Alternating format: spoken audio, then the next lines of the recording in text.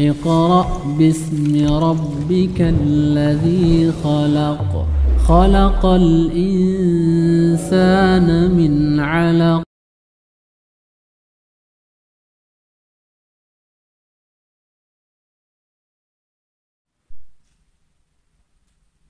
Assalamualaikum warahmatullahi wabarakatuh.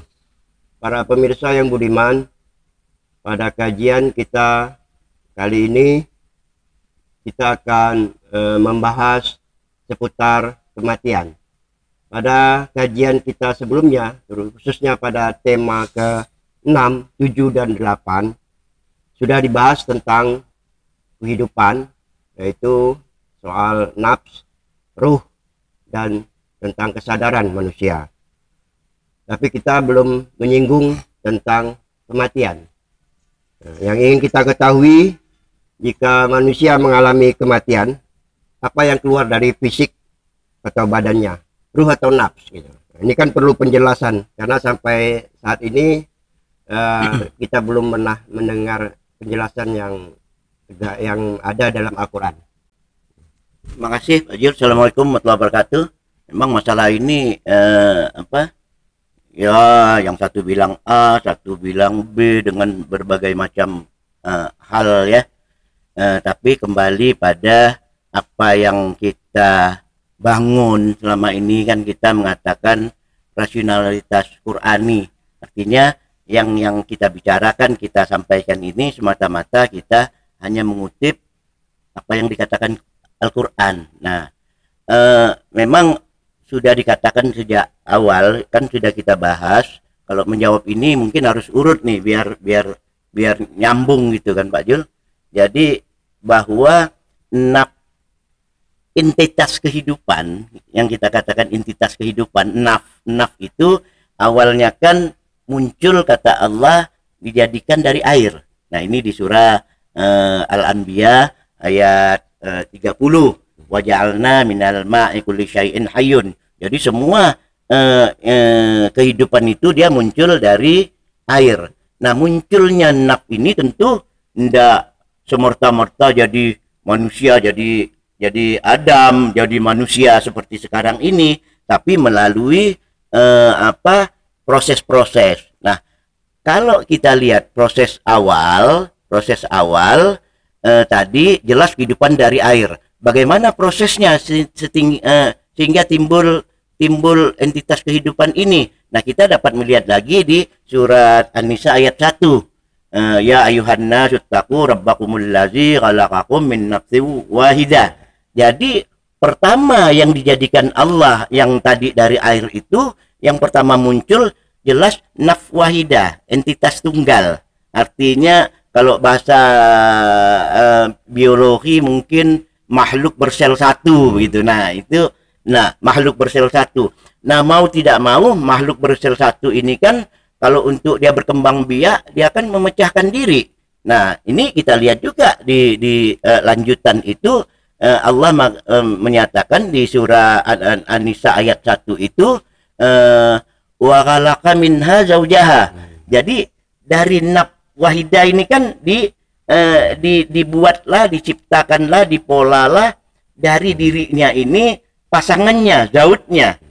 Nah, sampai di sini Allah belum menyatakan bahwa ini ada namanya Adam, ini namanya Bashar, ini namanya laki-laki, perempuan. Allah cuma mengatakan ada entitas kehidupan yang tadinya nafs wahidah, dari nafs wahidah ini membelah, wa khalaqa minha zaut, membelah pasangannya. Terus terus selanjutnya Allah katakan wabassa minhuma, dari situlah tersebar, menyebar dari kedua naf tadi. Wabassa minhuma menggunakan kata bassa, wabassa minhuma tersebar. Apa yang tersebar dari keduanya ini? Rijalan kasiran wanisaa.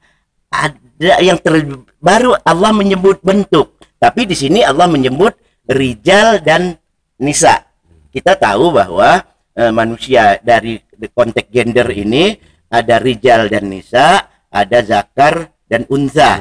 Nah, di sini Allah menyatakan ar-rijal dan an-nisa. Allah belum berbicara soal bentuk kuantitas gitu, bentuk apalah. Tapi artinya maksudnya Allah di sini bahwa yang yang muncul dari dua naf ini ada yang namanya, satu namanya ar-rijal, satu namanya an-nisa. Kan setiap kualitas pasti memiliki kuantitas bentuk yang tak terpisahkan. Ya, bagaimana kuantitas bentuknya? Nah, kalau itu seperti yang tadi saya sampaikan, masalah kualitas, karena Allah menggunakan kata ja'ala di dalam bahasa Arab itu, kalau Allah menggunakan kata ja'ala itu artinya lebih menyangkut pada kualitas. Ja'ala, kalau khalaqa biasanya lebih membentuk pada kuantitas fisik gitu. Nah, di sini makhluk hidup yang Allah jadikan tadi kan Allah menggunakan waja'alna minal ma'.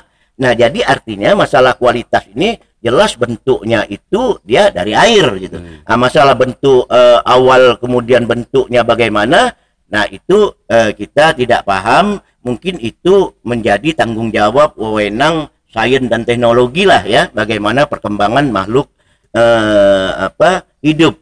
Nah, untuk kuantitasnya, fisiknya, nah disinilah baru kita lihat misalnya di surah 71 Allah mengatakan di situ, Allah menyatakan pada malaikat, wa iz qala rabbuka lil malaikati inni khaliqun basyaran. Nah, di sini Allah baru mengatakan, Allah menggunakan kata khalaqa. Kalau tadi ja'ala, khaliqun basyaran. Nah, Allah akan menciptakan basyaran dari apa? Min tin, dari tanah. Nah, di sini baru berarti kuantitasnya baru berbentuk bersumber dari tanah, dari sesuatu yang dari tanah. Nah, mulai dari tanah inilah baru Allah katakan muncul yang namanya zakar dan unsa.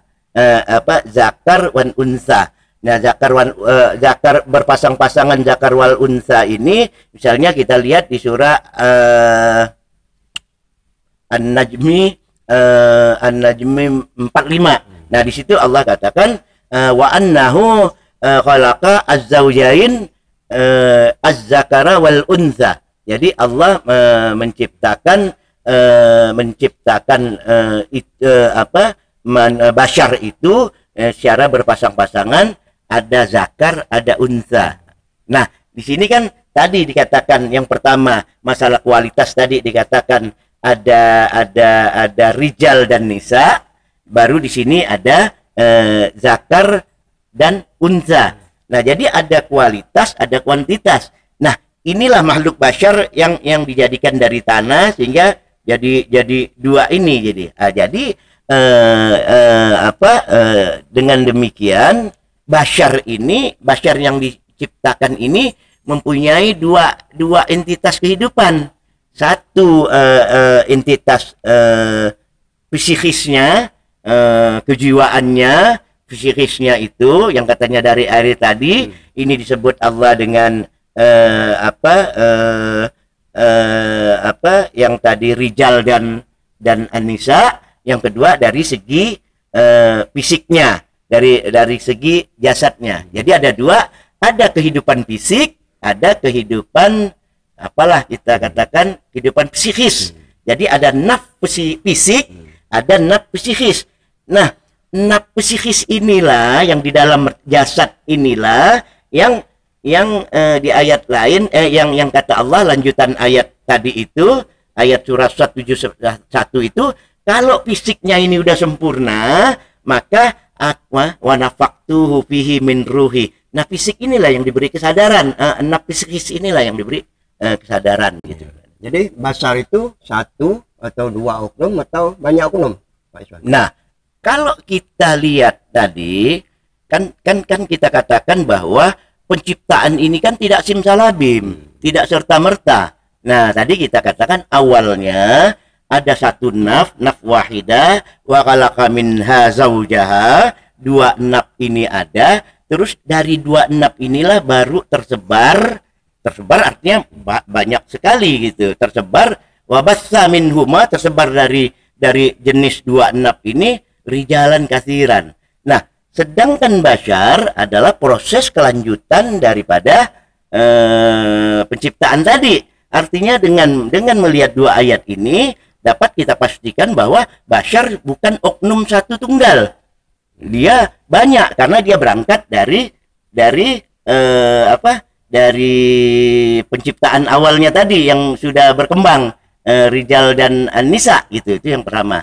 Yang kedua, untuk membuktikan ini Allah menggunakan kata basyaran. Inni khaliqun basyaran. Nah, di dalam bahasa Arab, basyaran ini juga termasuk kata jamak yang tidak beraturan. Jadi ketika itu digunakan, dia bisa maknanya tunggal, bisa maknanya jamak.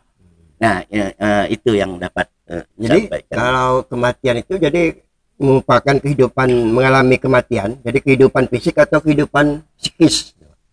Kalau yang mengalami kematian itu. Nah, kalau soal kematian, yang namanya hidup ini kan pasti mati kata Allah, ya kan? Kullu nafsin zaikatul maut, pasti mati. Nah, karena ada dua kehidupan tadi, entitas kehidupan, satu kehidupan fisik, raganya, yang satu kehidupan psikis, jiwanya lah kata kita kan. Dua ini berarti dua ini mengalami kematian secara umum. Oleh sebab itu kata Allah, semua yang kullu nafsin zaikatul maut, artinya dunia flora dia mati, dunia fauna dia mengalami kematian. Nah, bagaimana dunia manusia? Nah, di dunia manusia Allah membedakan istilahnya, artinya Allah menggunakan istilah wafat. Tadi kan kita katakan naf fisikis ini kan ada di dalam naf jasad. Nah, naf fisik berarti ini dua hal yang berbeda. Nah, ini bisa keluar masuk ini. Bisa keluar masuk. Bisa keluar masuk. Ini dapat kita lihat. Nah, keluar masuknya ini Allah menggunakan istilah wafat. Nah, di dalam Az-Zumar ayat 42 itu jelas dapat kita pahami. Allah menyatakan Allahu yatawaffal anfus. Allah mewafatkan naf-naf, entitas kehidupan, naf. Mewafatkan, artinya mewafatkan, mengeluarkan naf psikis ini. Pada saat apa? Pada saat hina mautiha. Nah, pada saat jasad mengalami kematian, maut. Kalau jasad itu Allah katakan istilahnya maut, tapi kalau naf manusia ini Allah kita katakan wafat. Nah, ini ketika mengalami kematian ini keluar gitu. Itu yang pertama. Yang kedua, dia keluar, bisa juga keluar, tapi tidak tidak mati. Wallati lam tamut fi manamiha. Nah, artinya dia tidak mati fi manam, dia mengalami manam. Artinya dia berkeluar saat mengalami manam, mimpi. Nah, jadi manam ini mimpi. Tapi kita sudah bahas juga manam itu mimpi yang didatangkan dari Allah memberi petunjuk gitu kan. Kalau mimpi dalam kacau balau itu namanya alhum gitu kan. Nah, di sini Allah katakan naf ini bisa keluar juga, bisa ini keluar wallati lam tamut fi manamiyah, mengalami manam. Nah, mengalami manam dia naf keluar inilah, ini konsekuensi logisnya. Allah di situ mengatakan fayamsikul lati qada alaihil mauta. Allah menahan, artinya ketika dia keluar ini Allah menahan ketika kematiannya itu belum diqada, belum tertetapkan. Nanti qada kita bahas, belum ditetapkan. Dalam kondisi inilah kita bisa melihat orang misalnya orang rumah sakit itu apa yang Koma. Nah, orang koma. Orang koma itu kan dia tidak sadar tapi fisiknya kan hidup. Jantungnya berdetak, duk, impulsnya tetap jalan, tapi kesadarannya tidak ada sebab dia keluar gitu. Nah, itu kondisinya. Kondisi yang lain Allah katakan wa yursilu ukhra. Nah, yang lainnya Allah katakan Allah biarkan saja fi ajalim musamma, maksudnya ini nanti juga akan keluar ketika jasad ini secara hukum alam dia akan mengalami kematian pada waktu yang ditentukan. Nah, jadi ini soal jadi kematian itu yang keluar itu adalah naf menurut Az-Zumar ayat 42. Jadi apa yang dapat kita simpulkan dari diskusi kita kali ini, Pak Iswan? Nah, jadi kesimpulannya sesuai apa yang Pak Jul katakan dengan tema kematian itu, ya kesimpulannya bahwa orang yang mati, orang yang meninggal itu yang selama ini kita pahami bahwa yang keluar dari badannya itu adalah roh, sehingga kadang-kadang di WA itu digambarkanlah ada gambar persis orangnya segala macam itu kan. Nah, itu sebenarnya itu suatu hal yang keliru menurut Az-Zumar ayat 42, karena yang keluar bukan roh, yang keluar adalah naf. Itu yang pertama. Yang kedua, bashar adalah kelompok makhluk biologis yang belum memiliki kesadaran, yang belum kesadaran sebagaimana ya dunia fauna, flora itu ya kan sama-sama hidup tapi tidak memiliki kesadaran gitu. Nah, yang ketiga, yang terakhir kesimpulannya ini, bashar dari sisi kuantitas fisiknya itu disebut zakar dan unsa, tapi dari sisi kemampuan kualitas, dari kuantitasnya zakar dan unsa, dari sisi kemampuannya, nah itu Allah menggunakan kata rijal dan an-nisa. Nah, nanti itu dalam hubungannya konteksnya misalnya laki-laki perempuan jadi pemimpin, nah itu dapat kita lihat nanti apa kata Allah dalam soal itu. Saya kiranya itu. Demikian para pemirsa yang budiman, kita telah mendengarkan penjelasan pada kajian kita kali ini, dan kita akan ketemu lagi pada kajian-kajian rasionalitas Qurani pada episode yang akan datang. Terima kasih. Wassalamualaikum warahmatullahi wabarakatuh. Waalaikumsalam warahmatullahi wabarakatuh.